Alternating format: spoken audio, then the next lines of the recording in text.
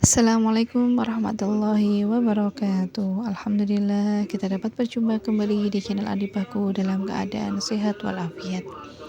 Para audien Adipaku yang dirahmati Allah, marilah kita seksama menyaksikan kajian dari Gus Baha. Semoga apa yang disampaikan beliau membawa kemanfaatan dan keberkahan untuk kita semua. Judul hanyalah pemanis tidak bisa mewakili keseluruhan isi video tersebut. Apabila ada kesalahan, saya mohon maaf yang sebesar-besarnya. Akhir kata, wassalamualaikum warahmatullahi wabarakatuh. Selamat menikmati dan selamat menonton. Jangan lupa bantuan like dan subscribe-nya teman-teman. Terima kasih. Assalamualaikum warahmatullahi wabarakatuh. Bismillahirrahmanirrahim. Itu cara berpikir nuruti nafsu, itu yang bahaya.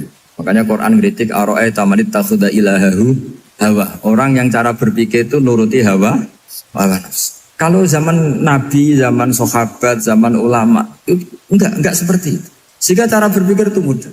Makanya kata Nabi, absyiru ya ma'sarul muslimin, kata. Kamu harus senang ya ma'sarul muslimin. Allah sekarang buka pintu langit yang sebelumnya enggak pernah dibuka. Dan Allah yubahi bikum malaikatah. Dan Allah membanggakan kamu kepada para malaikat.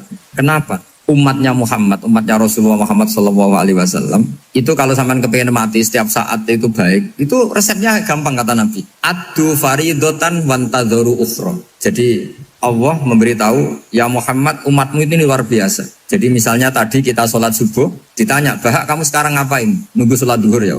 Setelah sholat duhur ditanya lagi nunggu apa asar. Sehingga famangkanat hijratuhu ilallahi wa rasulih fa hijratuhu ilallahi. Jadi kalau ya sudah ini tak ijazahkan. Kalau setelah sholat subuh nunggu apa? Duhur. Setelah duhur nunggu. Sehingga ketika kita mati itu statusnya penunggu sholat. Tapi kamu kan enggak miskin. Kenapa? Penunggu kaya. Nah, itu enggak masuk surga itu. Penunggu kemapanan. Berarti kan menunggu sesuatu yang seleranya nafsu.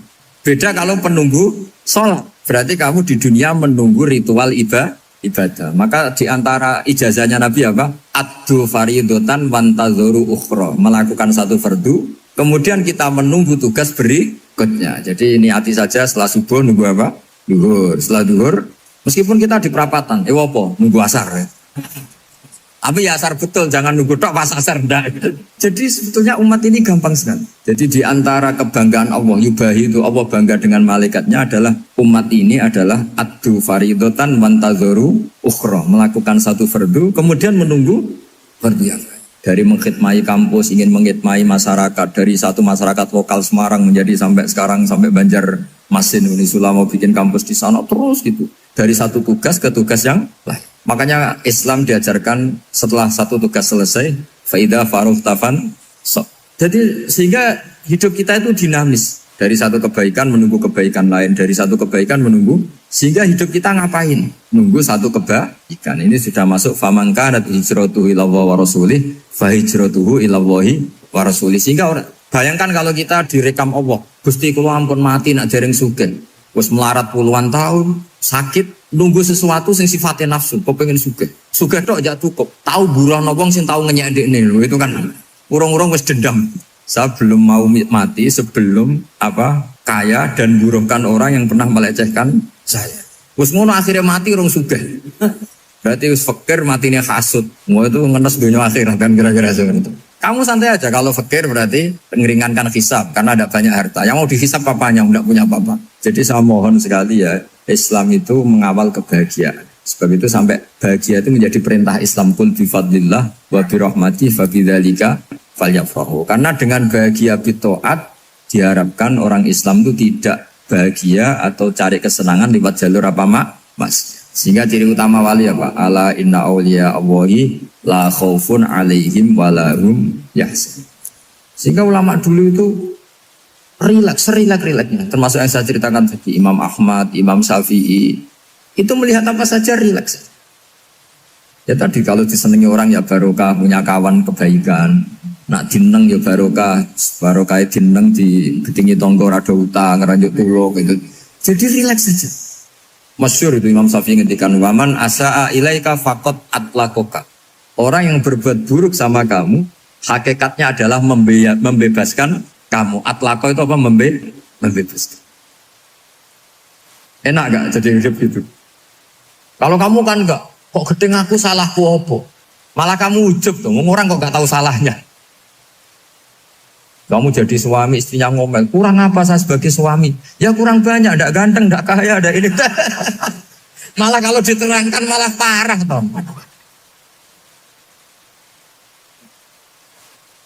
Ya sudah rileks saja, kalau dia ngomel ya tadi, alhamdulillah dapat pahala tambah apa? Biaya. Terus ngomel kan butuh energi, paling yang tidak kuat 3 jam. Nanti juga berhenti apa?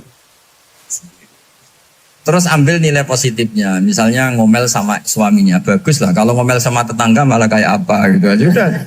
Jadi ulama dulu itu gampang sekali melihat hidup.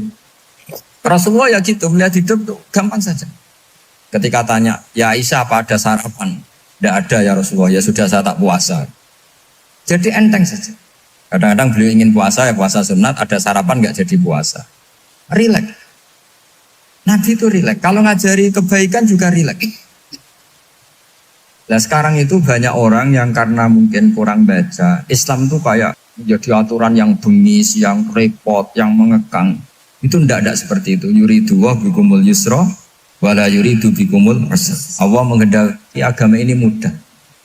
Sehingga ada sahabat di Imami Mu'ad itu baca Baqarah. Sahabat ini pekerja petani. Mufarokoh ditinggal. Ketika Mu'ad lapor, ya Rasulullah ini ada orang munafik, tengah-tengah sholat mufarokoh saya ditinggal. Yang disalahin itu tidak yang ninggal tapi Mu'ad. Afattanun anta ya Mu'ad, kami itu tukang fitnah. Masa ngimami petani pakai surat Baqarah? Jadi yang disalahkan ini imamnya.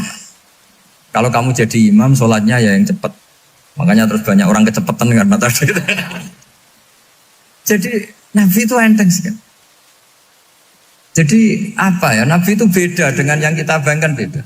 Nabi pernah ngaji di masjid, kemudian ada tetangga lewat pakai cangkul ke kebun. Semua sahabat gerutu. Ini orang tidak benar, ada Nabi ngaji ditinggal saja ke kebun, tidak ikut ngaji. Jawabannya Nabi tidak, itu bagus, itu ikut sunnah saya. Kenapa ya Rasulullah? Dia kerjanya nyari halal. Dan untuk menghidupi keluarganya itu juga ajaran saya. Sehingga yang ngaji ya ajarannya Nabi, yang nggak ngaji karena kerja mencukupi keluarga juga ajarannya Nabi. Segampang ini. Oh, kalau kayaknya kamu kan, wes gak roh akhlak kan gitu. Nabi rileks saja Nabi. Sampai bisa lihat itu di bab Fadhailul Kasbi. Makanya ini penting sekali supaya orang itu berpikir Islam atau mendakwakan Islam itu berdasar sanad. Ya, yang muttasil yang pernah dilakukan Rasulullah SAW. Sesuatu yang dilarang Allah itu pasti madharat. Maka untuk melarang seseorang bergantung sama narkoba misalnya atau hal-hal yang bahaya pada fisik, itu satu tentu bagi ahlullah, tentu karena takut Allah. Tapi banyak masyarakat yang memang benar-benar bisa meninggalkan narkoba karena efek buruknya ganja. Bahwa itu mengakibatkan sakau, mengakibatkan tidak sadarkan diri, mengakibatkan kebangkrutan ekonomi macam-macam. Sehingga mereka benar-benar benci sama yang namanya narkoba. Jadi di antara manhajul Quran itu kalau mentakbih, memburuk-burukkan maksiat itu mesti dikritik innahu kana fahisyah. Innahu kana fahisyata wa maqta wa sa'a sabila. Innahu kana fahisyata wa sa'a sabila. Diulang beberapa kali.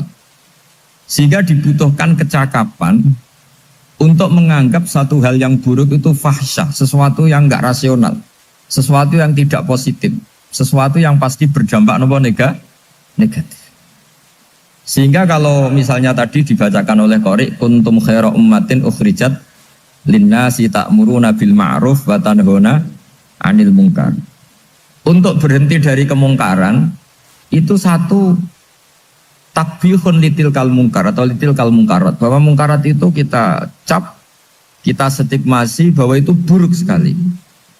Seperti Nabi mengajarkan pemuda tadi, masa kamu suka ibu kamu digitukin lelaki lain, putri kamu, bule kamu, bude kamu, sehingga orang ini pikirannya termindset betapa buruknya zina. Sama seperti kita sukses memindset betapa buruknya narkoba, betapa buruknya bahan-bahan terlarang. Begitu juga seterusnya, terus pengkhianat dan sebagainya. Tapi problem manusia adalah dia itu akan mencari kebahagiaan atau kesenangan sesaat. Maka caranya gimana? Keinginan senang lewat maksiat ini dilawan dengan nyaman dengan taat. Saya ulang lagi, nyaman dengan taat. Sehingga ulama dulu punya kalimatul munajat, artinya kalimat hubungan pribadi sama Allah yang menjadikan orang itu nyaman. Dan ini yang diajarkan kitab-kitab tasawuf. Kitab tasawuf itu sukses mengajarkan melihat alam raya ini semuanya nyaman, termasuk yang mengecewakan. Itu dianggap nyaman. Saya berkali-kali mengajarkan ilmu ini karena ini musalsal ila Rasulillah SAW. Itu pernah suatu saat Imam Ahmad itu dipanggil sama tetangganya, anak muda. Tentu Imam Ahmad ini orang yang sangat soleh, sangat waroi, sangat tunduk sama perintahnya Allah dan Rasul. Pemuda tadi manggil, ya Ahmad, datang ke rumah saya. Imam Ahmad datang. Setelah sampai ke pemuda tadi, sudah pulang lagi, saya tidak butuh kamu, pulang lagi. Setelah sampai rumah dipanggil lagi, ya Ahmad, datang lagi, datang lagi. Oh, saya tidak jadi butuh, pulang lagi, sampai 3 kali. Dan itu perangai ekspresi Imam Ahmad itu atau ulama lain yang sesoleh beliau itu nyaman, indah. Beliau tetap senyum-senyum nyaman. Beliau tidak tersinggung, tidak terprovokasi, tidak. Ya pokoknya tidak tersinggung, kelihatan nyaman. Lama-lama pemuda ini terus tanya, ya Ahmad, kamu saya perlakukan seperti ini kok tidak tersinggung? Kamu senyum-senyum saja, happy-happy saja. Jawabnya Imam Ahmad itu unik. Wahai pemuda, saya kamu panggil itu senang sekali. Karena kata Nabi, kalau kamu iman dengan Allah dan Rasul, maka hormatilah tetangga. Jadi saya senang. Karena nuruti perintah Allah untuk menghormati tetangga. Jadi tidak ada urusannya dengan kamu. Kagetnya kayak apa? Jadi dipanggil tetangga ya senang karena melakukan perintahnya Allah dan Rasul, yaitu ikramul jar, fal yukrim jarahu. Disuruh pulang, kamu ingin saya pulang, ya saya pulang. Disuruh datang, ya saya datang. Jadi saya tidak tersinggung, saya tidak ada urusan dengan kamu. Urusan saya dengan Allah Subhanahu wa Ta'ala. Itu kalau bapak-bapak istrinya ngomel terus sabar itu ya bagus. Saya tidak punya urusan. Kalau kamu terprovokasi oleh istri, berarti kamu didikte oleh makhluk. Masa seorang rektor didikte makhluk? Kan tidak keren.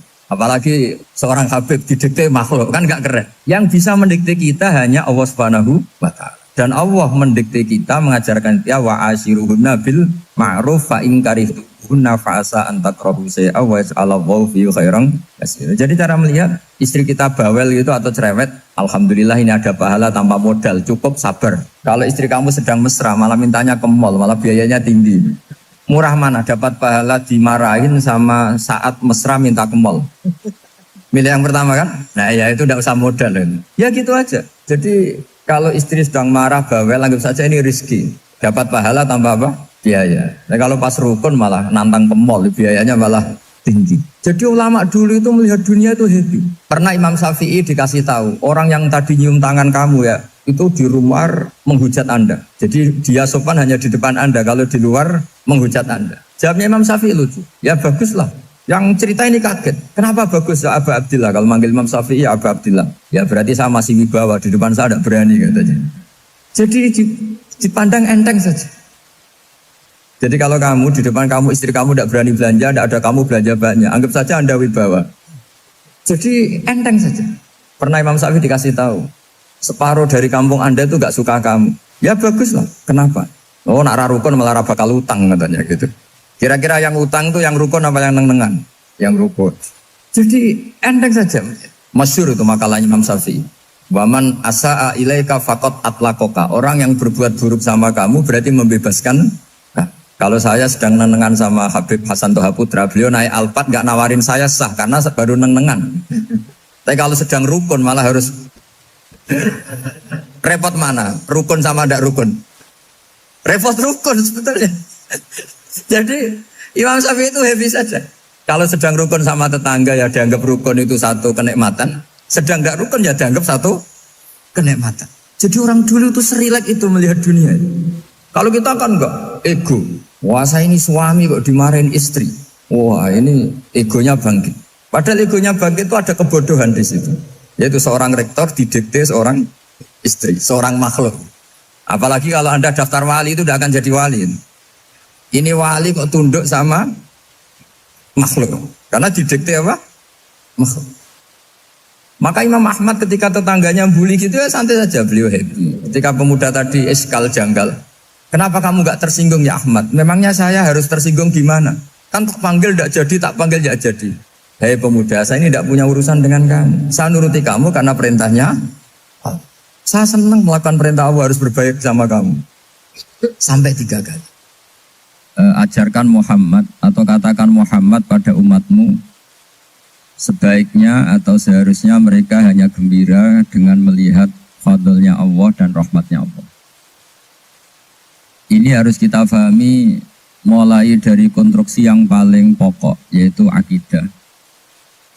Ahwal itu satu perilaku sosial. 3 mutammimat, sesuatu yang tidak pokok tapi kita butuhkan dalam mengawal hidup ini.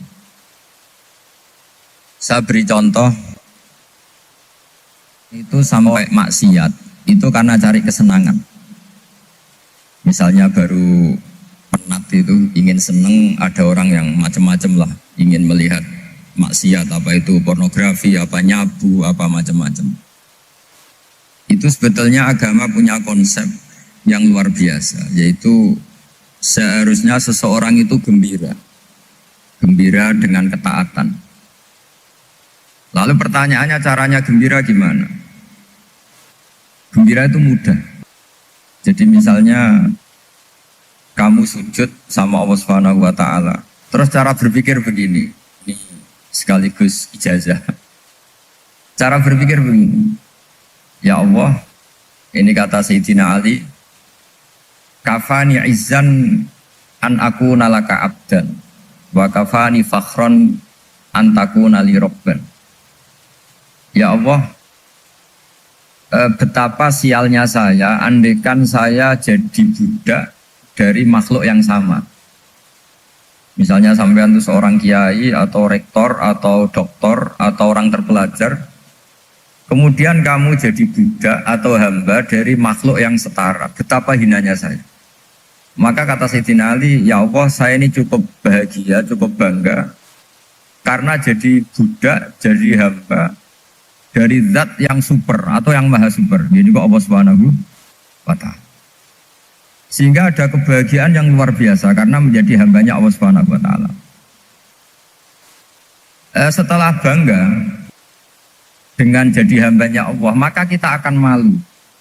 Malu misalnya kok saya bahagia itu nunggu melihat pornografi, melihat maksiat. Itu terus menjadi malu. Kenapa saya bisa didikte oleh hal-hal seremeh itu?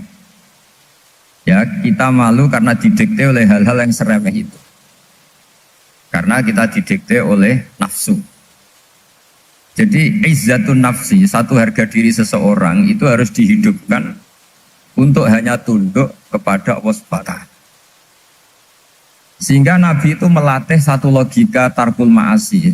Nabi itu dulu ketika ada seorang pemuda yang ya karena mungkin pemuda ya, dia itu mau masuk Islam, tapi uniknya kata pemuda tadi, saya masuk Islam tapi asal dibolehkan bebas zina.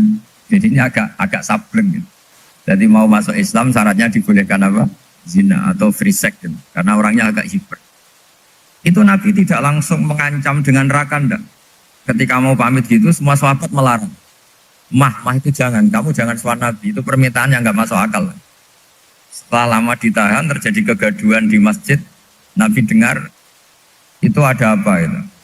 Itu ada pemuda yang mau masuk Islam tapi yasta'dzinuhu fi zina. Tapi mereka minta izin Nabi untuk tetap boleh zina. Kata Nabi, pemuda itu suruh masuk, suruh menghadap saya. Ketika menghadap Nabi, saya ulang lagi, ketika menghadap Nabi, Nabi mengajarinya itu luar biasa.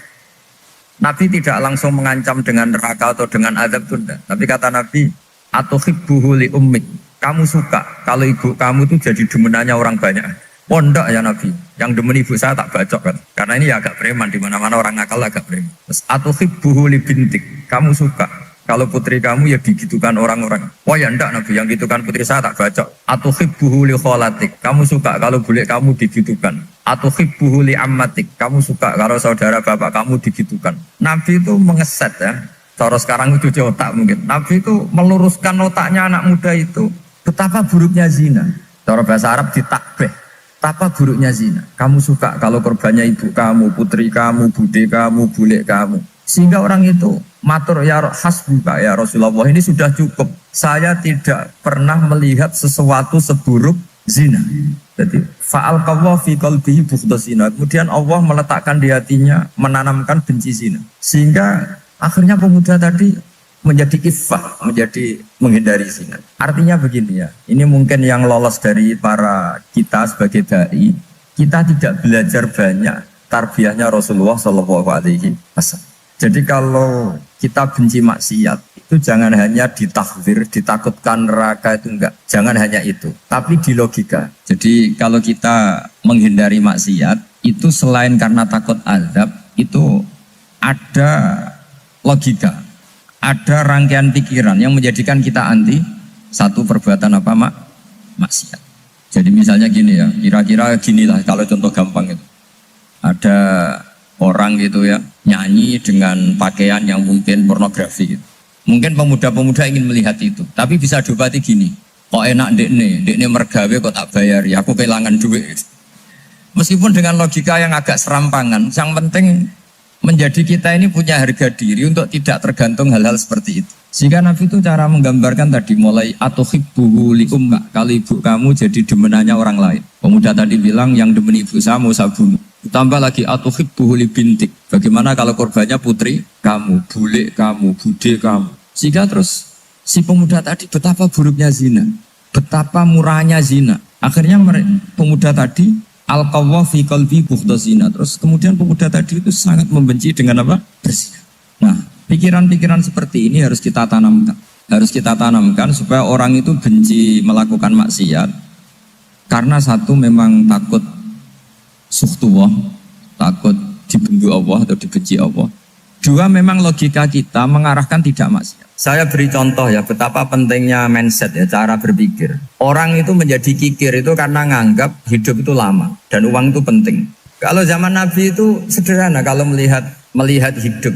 Pernah suatu saat Nabi itu punya jatah makan. Karena Nabi itu hidupnya juga pas-pas. Jadi Nabi itu unik. Beliau di satu sisi kaya raya, bisa ngurmat Abu Hurairah, Ammar, Suhaib.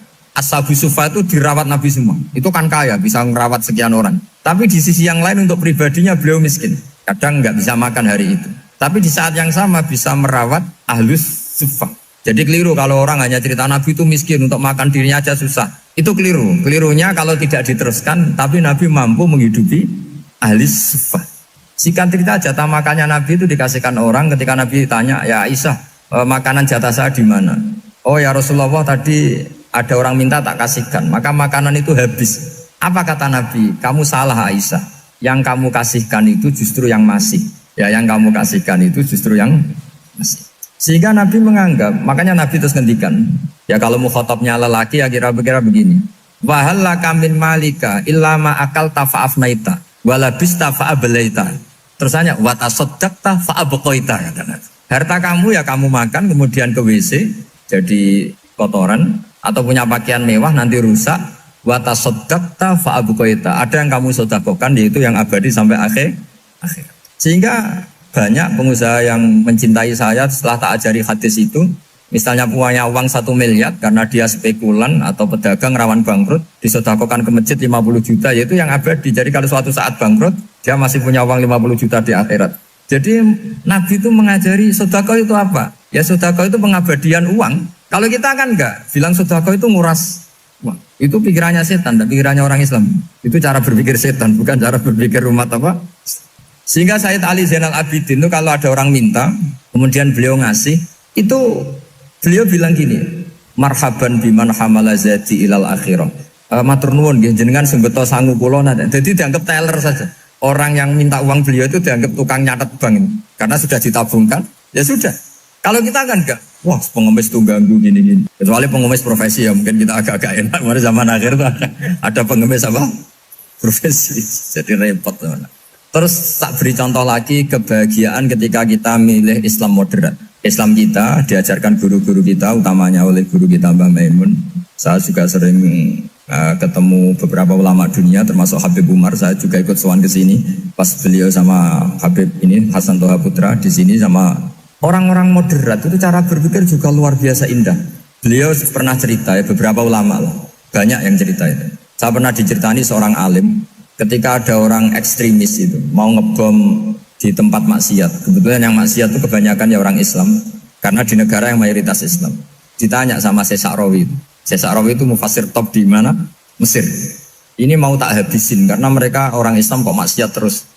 Terus ditanya sama Imam Sa'rawi, "Laumatu ala khini ma'asihim, aina masiruhum?" Kalau mereka mati dalam keadaan maksiat, mereka kemana? Ya ilanar, mereka pasti masuk neraka. Terus ditanya sama Imam Sa'rawi, "Wahal masiruhum ilanar muradun nabi amlan?" Punya umat maksiat kemudian mati masuk neraka, itu yang diinginkan Nabi apa enggak? Ya tidak aja. Ya sudah, enggak usah dibom, ditunggu tobatnya kata-kata. Karena kalau mati dalam keadaan itu ke neraka dan itu tidak yang diinginkan Rasulullah Sallallahu Alaihi Wasallam. Terus ekstremis ini menjadi tobat, tidak berpikir ekstremis Mas. Jadi orang itu harus berpikir mindset yang baik. Meskipun kadang berpikir baik itu ya agak-agak kacau. Ada seorang wali Majdzub, itu kalau berdoa agak kacau, tapi gak bisa dibantah. Masyhur itu doa itu. Ini sekaligus ijazah, tapi kalau sebelum wali gak boleh. itu datang ke makamnya Rasulullah SAW. Terus doanya itu begini. Ya Allah, sekarang terserah engkau. Ya Allah, sekarang terserah engkau. Jika saya kamu jadikan orang soleh, jika saya engkau jadikan orang soleh, maka surra habibuk, maka kekasihmu ini senang. Yang susah musuhmu yaitu setan. Tapi kalau engkau menjadikan saya orang fasik, maka yang susah kekasihmu, yang senang musuhmu. Jadi kan punya dua pilihan itu. Wah itu kan doa tapi kayak teror itu. Ya jadi berdoa di Raudhah. Wah itu pasti mandi itu karena agak-agak maksa Tuhan itu. Ya Allah, engkau punya dua pilihan. Jika saya jadi orang soleh, maka kekasihmu ini senang. Musuhmu yang susah yaitu setan. Tapi jika saya jadi orang fasik, maka musuhmu yang senang, kekasihmu yang susah. Mohon terserah jenengan, mau menyenangkan kekasihmu, apa menyenangkan musuhmu gitu. Kira-kira gimana? Kalau tertarik boleh doa itu dipraktekkan. Tapi kayaknya kalau copy paste itu gak keren, apa? Jadi dulu orang itu muamalah sama Allah dan Rasul itu rileks. Rileks itu nyaman karena ya tadi Qul bi fadlillah wa bi rahmati fa bidzalika falyafrah. Sehingga Imam Izzuddin bin Abdissalam itu ngendikan innalladzina yarmunal muhsanatil ghafilat. Di antara kebaikannya ibu-ibu atau mbak-mbak ini harus berstatus ghafilat. Perempuan-perempuan pelupa. Ghafilat itu pelupa. Pelupa dari kenikmatan maksiat sehingga mereka dengan taat. Misalnya ada ibu-ibu atau mbak-mbak atau juga bapak-bapak tahajud, kemudian nyaman dengan tahajud itu. Kira-kira terbersit enggak ingin maksiat? Enggak kan, karena sudah nyaman dengan tahajud, dengan taat. Maka dibutuhkan kenyamanan dalam beribadah. Sebab itu ala bidzikrillahi tatmainnul qulub. Makanya saya termasuk kiai yang setiap ngaji itu happy, seneng. Karena ini untuk kampanye, seneng dengan ngaji, dengan taat itu sudah luar biasa. Kayak apa kalau mereka senengnya kalau nunggu melakukan maksiat. Jadi termasuk bentuk perlawanan kita terhadap maksiat adalah usahakan kamu tuh bahagia, senang dengan taat. Istiqnas billah, mu'anasah billah, farah billah, itmi'nan tumaknina billah. Sehingga ini mencukupkan kita tidak berkebutuhan maksiat. Meskipun kita ya manusia, pasti suatu saat atau sudah pernah maksiat. Serasa diceritakan lah, itu mesti gitu. Lah orang-orang dulu itu orang yang sukses mengelola bahagia ma'allah wa billah wa lillah. Jika wali-wali dulu itu jadi wali itu tidak mesti karena ibadahnya banyak, itu tidak. Mereka orang yang ibadahnya itu biasa sekali. Ulama-ulama dulu ibadahnya biasa sekali. Tapi qulubuhum ma'allah, hatinya itu ma'allah. Itu ada seorang wali itu jadi wali, Umar bin Abdul Aziz yang dikenal khamisul khulafa. Khulafa. Di luar khulafa Ar-Rasyidin 4, di antara yang soleh adalah siapa? Umar bin Abdul Aziz. Itu ketika mau meninggal, itu senangnya bukan main. Itu semuanya nangis, beliau senang. Terus tanya, kenapa kamu senang? Memangnya saya kalau mati itu kemana aja? Ila khairi madhubin ilaih, ke zat terbaik. Dibang urip mbek kowe bolet atau mbek arhamur rahimin gitu. Yaitu Allah Subhanahu. Jalaluddin Ar-Rumi ketika mau meninggal itu muridnya nangis semua. Beliau marah. Kamu harusnya pesta karena saya mau ketemu kekasih saya, malah kamu tangisi. Goblok sekali kamu katanya. Jadi orang-orang dulu itu luar biasa. Karena tadi mereka tidak ingin ketemu Allah itu dianggap problem, harus sesuatu yang membahagiakan. Makanya wali-wali itu kalau berdoa begini, wa khairu ayyami yauman alqa fih, dan jadikan hari terbaikku adalah hari ketika saya ketemu engkau ya Allah. Pernah dengar doa itu? Wa khairu ayyami yauman alqa fih, dan hari terbaikku adalah hari saat ketemu engkau. Ya kan enggak, sampai mati ku wedi. Saya tidak tahu wedi dosa apa wedi Israel apa wedi malaikat siapa? Mungkar nakir. Sebenarnya tidak perlu seperti itu. Karena cara pandang Nabi itu ini bisa dipraktekkan. Kalau kamu orang baik, mati artinya apa? Ya baik. Karena husnul khotimah. Kalau kamu orang yang buruk, itu kata Nabi, anggap saja mati itu akhir dari keburukan kamu. Nah, aku urip terus, malah maksiat terus. Maka Nabi itu kalau ngajari kita berdoa gini, Allahumma maj'alil hayata ziyadatan li fi kulli khairin wal mauta rohatan li min kulli syarri. Ya Allah, kalau saya hidup, ya anggap saja ziyadah fi kulli khairin, berpotensi nambahi kebaikan. Kalau saya mati, anggap saja ini akhir dari segala keburukan. Maka saya berkali-kali, hanya tradisi ulama-ulama NU, ulama-ulama pesantren, ya ada hanya NU, pokoknya ulama-ulama alim. Itu kalau ada orang mati, orang nakal gitu mati, ini saya gitu, itu hadirin mesti gak terima. Wah, api nanti wong wakal. Tapi dipaksa sama kiainya, saya gitu, lama-lama dipaksa. Saya gitu, padahal yang hatinya kiai, wis ra iso maksiat meneh, wis saya gitu. Karena dengan mati berarti saya sudah tidak bisa maksiat lagi. Jadi Nabi melihat hidup dan mati itu segampang itu. Kalau al-hayata ziyadatan li fi kulli khairin wal mauta rohatan li min kulli syarr. Coba kita ke depan itu kan ada potensi zina, potensi korupsi, potensi maksiat. Yang bisa menghentikan potensi itu apa coba? Mati ya, udah pintar ya. Sudah maju berarti. Berani mati? Berani. Tapi jangan di sini ngel-ngelo panitia. Artinya yang selama ini kita risau dengan kematian, dengan apa? Nabi ngajari kita tadi. Allahumma maj'alil hayata ziyadatan li fi kulli khairin wal mauta rohatan li min kulli syarr. Ya Allah, jadikan hidup ini sebagai bekal menambah kebaikan, dan suatu saat kalau saya mati, semoga itu akhir dari segala keburukan. Jadi artinya Nabi itu ngajari kita itu positif terus. Sama seperti ulamanya tadi. Nak lagi rukun mbek tonggo ya sanggep ae kanca keapian. Nak nenengan ben ra utang tenan. Dadi pokoknya penak terus itu. Nak bojo lagi ngamuk, alhamdulillah gak ngajak belanja. Nak pas rukun ya alhamdulillah kok lagi rukun. Jadi gampang semua. Makanya ada seorang alim itu ngendikan begini, ada yang tanya. Saya tuh dulu ketika kaya, teman saya sering main ke saya. Setelah saya miskin gak ada teman-teman yang ke saya. Dikira si Habib ini kebetulan orangnya Habib itu mendukung keluhan dia. Ternyata enggak. Si orang alim itu bilang gini, malah bagus toh gitu. Kowe wis melarat buruhe wong. Ya sudah kamu miskin buruhnya orang lain. Misalnya tukang manol di pasar atau tukang becak. Kemudian teman-teman kamu datang, malah kamu malu toh jadi tontonan. Bagus kalau mereka lupa pas kamu miskin gak ada yang lihat katanya. Jadi apa ya, dianggap enteng saja gitu. Akhirnya orang ini gak jadi ngeluh. Selama ini kan kita ngeluh ya, ketika miskin teman-teman gak datang. Coba kalau mereka datang pas kamu buruh bikin foto di orang lain, mantan bos buruh, malu gak? Milih datang kepada? Nah lah sudah bener itu. Jadi ulama dulu itu makanya sering baca biar tahu solusi hidup. Jadi ulama dulu itu gampang sekali melihat kehidupan, itu gampang sekali, indah, gampang. Kebahagiaan ini pula yang harus kita latih dalam melakukan ketaatan. Tapi memang obsesi saya terbesar atau cita-cita saya terbesar memang setiap ngaji saya ingin orang mukmin semuanya itu bahagia. Dengan bahagia itu mereka tidak neko-neko ingin mencari kebahagiaan lewat jalur apa maksiat. Sehingga dalam konstitusi ulama yang ditulis di kitab-kitab usul fikih, dan itu kitab yang saya kaji, selalu saya kaji, itu membela-bela sesuatu yang mubah itu sampai luar biasa. Karena melihat mubah itu, misalnya Anda tidur itu berstatus mubah, Anda bermain catur berstatus mubah, Anda rileks sama teman jagongan semalam dengan teman rektor atau dosen atau yayasan, itu melihatnya bukan mubah tapi tarkul maksiyah. Misalnya saya semalaman asik musamaroh itu jagungan malam sama Habib Toha Al-Munawwar. Itu awang hitungnya bukan, wah ini jagungan ngalor ngidul tidak penting tuh enggak. Malam itu bahak tidak ke dugem, tidak ke tempat maksiat. Sehingga ada ulama yang mengatakan mubah itu enggak ada. Saya ulang lagi, mubah itu enggak ada. Kan umumnya ulama bagikan wajib, ya kan, haram itu. Terus diantaranya mubah. sunat, makruh. Ada ulama yang mengatakan mubah itu tidak ada. Kenapa? Logikanya begini, itsma min mubahin illa wa yatahaqqaqu bihi tarku haramimma. Karena tidak ada mubah yang Anda lakukan kecuali saat itu pasti ditinggalkannya sebuah keharaman. Misalnya Anda sedang jagungan sama istri di luar, di rumah, asik di rumah semalaman.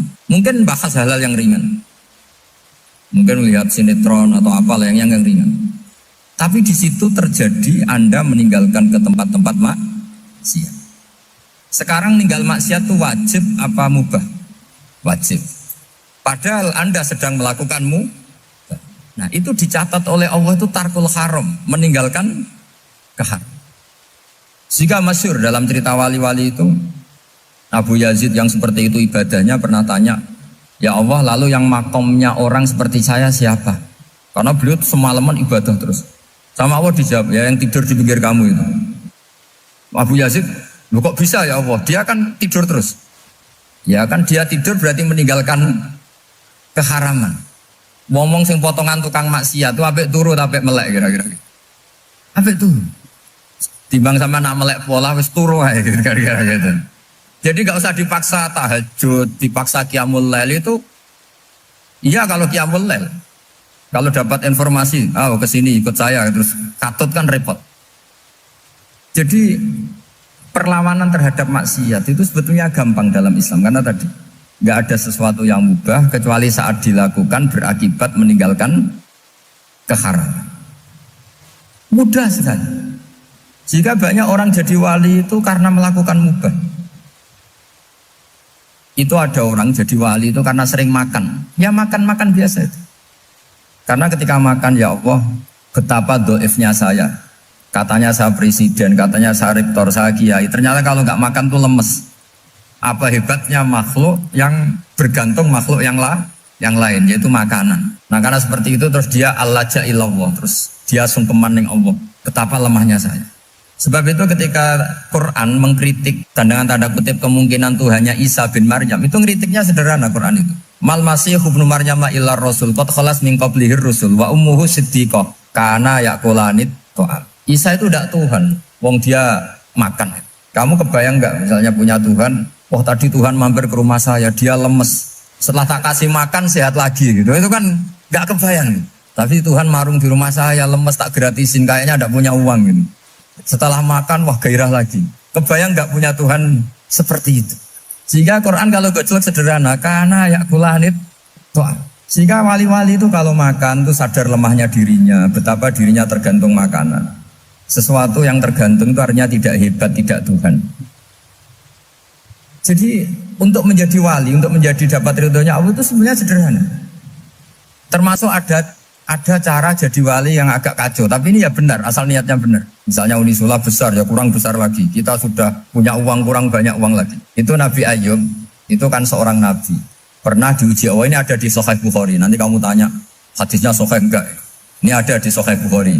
Kadang orang kota itu aneh, enggak ahli hadis tapi tanya, Sahih enggak? Padahal andekan dibodohi Sahih, ya ngandel saja. Jadi kadang ya aneh, oh enggak tahu kok tanya. Itu Nabi Ayub itu sudah kaya, pas itu sudah kaya. Bukan cerita yang masih miskin, memang sudah kaya. Beliau di kamar dihinggapin satu belalang dari emas.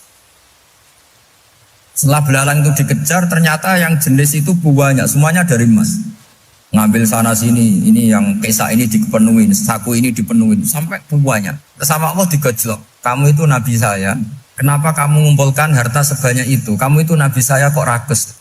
Jawabannya, ya Allah, siapa yang bisa kenyang dari rahmatmu?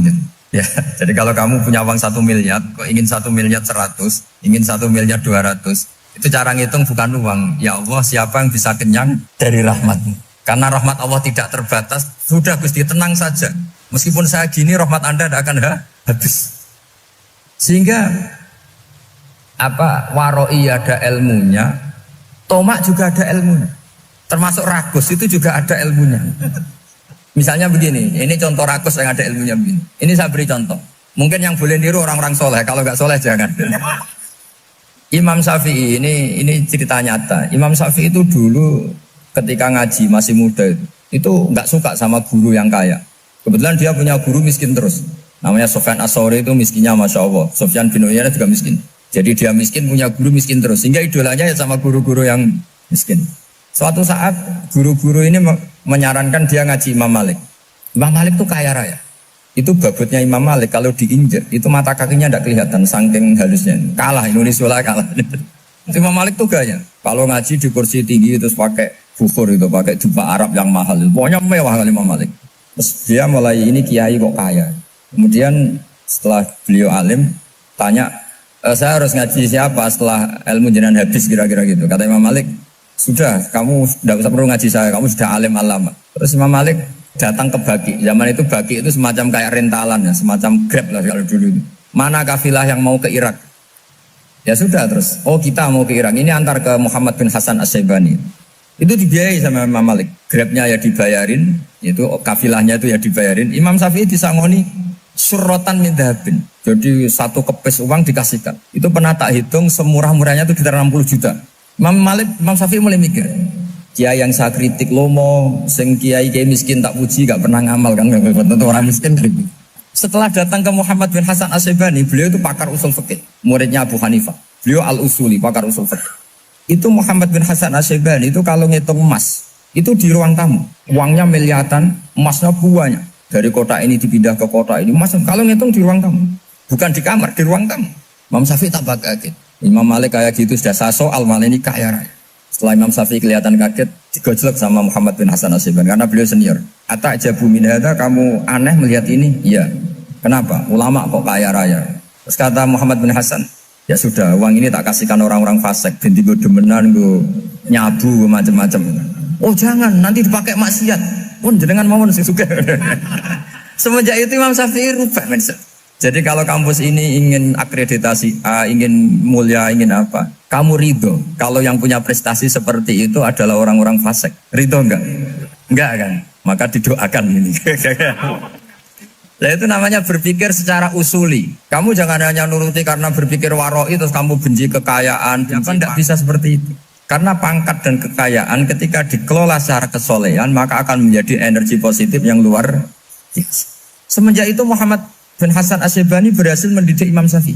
Sampai akhirnya keterusan. Imam Syafi'i berpendapat kalau orang Islam bisa bikin rumah tingkat, kok punya rumah reok, itu haram. Akhirnya keterusan. Kalau bisa jadi bupati, kok jadi ketua RT juga haram. Karena al-Islam ya'lu wala yu'la. Islam itu luhur, bukan bisa diluhurin. Sehingga rata-rata orang Syafi'iyah, termasuk kiai-kiai Indonesia, itu rata-rata ya agak-agak politikus. Ya agak-agak kedonyan. Mungkin sebagian kedonyan tenan gitu. Karena gak ridho gitu loh. Kalau kesempatan itu dikuasai orang fasik, kemudian menjadi kekuatan maksi. Coba kalau bupati itu orang yang fasik, kemudian programnya supaya rakyat seneng semalaman dangdutan yang purno misalnya. Supaya rakyat seneng dibolehkan dugem, dibolehkan judi. Tapi kalau yang jabat orang soleh, kan ada beberapa perda yang menolak penyakit apa? Masyarakat. Jadi kamu jangan melihat bahwa kepangkatan ini hanya sebagai alat korupsi, alat otoriter, enggak. Asal kena orang soleh, maka ini menjadi energi kesolehan atau energi positif. Sebab itu ketika Allah muji para nabi yang soleh, diantaranya disifati apa? Faqad ataina ala Ibrahim al-kitab wal hikmata, terus ayat wa atainahum mulkan azim. Dan Nabi Ibrahim dan keluarganya tak kasih kerajaan yang besar.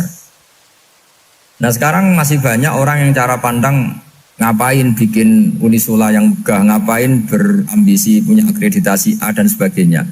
Menyoal seperti itu salah secara usul fikih. Karena secara usul fikih kesempatan yang baik tentu harus diperjuangkan oleh orang-orang yang soleh. Karena ini supaya jadi otoritas yang positif. Itu dulu ada latihannya. Jadi orang dulu itu gampang sekali ketika milih miskin ditanya, kenapa miskin? Saya ingin hisab saya ringan. Tapi ketika mereka kaya, yang soleh, supaya harta ini tidak dipakai orang yang nanti dipakai maksiat. Kita misalnya orang soleh mau pangkat, karena kita ada ridho, kepangkatan itu dipegang orang maksiat, kemudian menjadi energi maksiat. Begitu juga seterusnya. Maka ulama dulu itu rileks.